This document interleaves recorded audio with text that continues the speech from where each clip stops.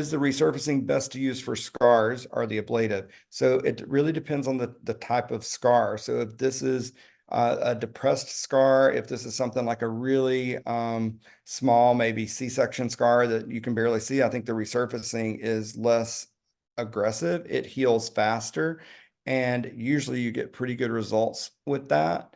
Um, but if it's anything that's hypertrophic, I find that we need the ablative. So if it's raised in any manner, I'm using the ablative to try to bring that down and even it out before I'm going to do anything else. Now, once I get it flat, I think from that point to kind of camouflage with the area around it, a lot of times I'll use the scratching technique. And so that's what we're talking about when we're using, I think in this question, you're talking about resurfacing being similar to cat scratching.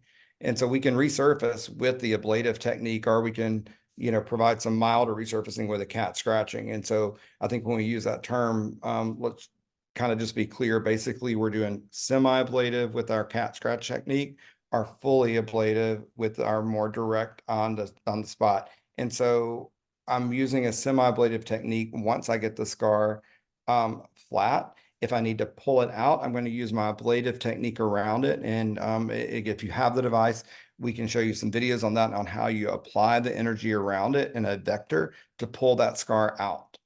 And so it's not directly on it. So it's kind of a combination of both of those.